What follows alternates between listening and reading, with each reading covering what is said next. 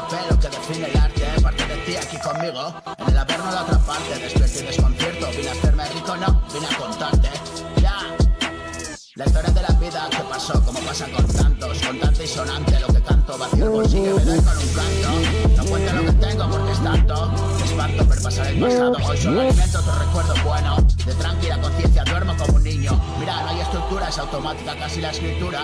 No pide paso, ya paso de vaso, toda la vida preso. Mato con ímpetu el ritmo y solo hago caso. ¿Acaso a saber que no? Tiempo me costó, cansado como un jornalero de sol a sol. Solo residentes del infierno alcanzan a ser quien son. Y me digo, oh no, my son, te queda tanto. Mientras si no escribo y me deleito de la mierda que soy comparado con esto. Observa que ya llegó, prestidigitador del engaño. No intentes pillarle el truco. El fruto de la verdad juega al lado de mi cuerpo en el árbol más alto. Respiro hondo y eyaculo en seco en mi cabeza. Con esta hostia, perdona si blasfemo. Tienes otra forma de definirlo, madura mi caldo. Gano yo, hija de puta vanidad. ¿Acaso no soy humano? Sucio y retorcido como tú, vamos, toma mi mano. Vámonos, no hay lugar aquí para nosotros. Hay otros mundos esperan, heredado la estirpe divina clama.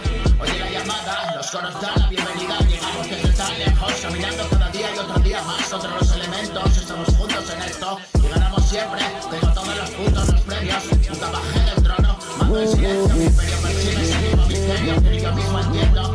El día da luz en lo oscuro, al pasajero muerto. Hueso de cráneo y camino infinito de la metáfora. La vida solo es esa fábula del animal más sabio.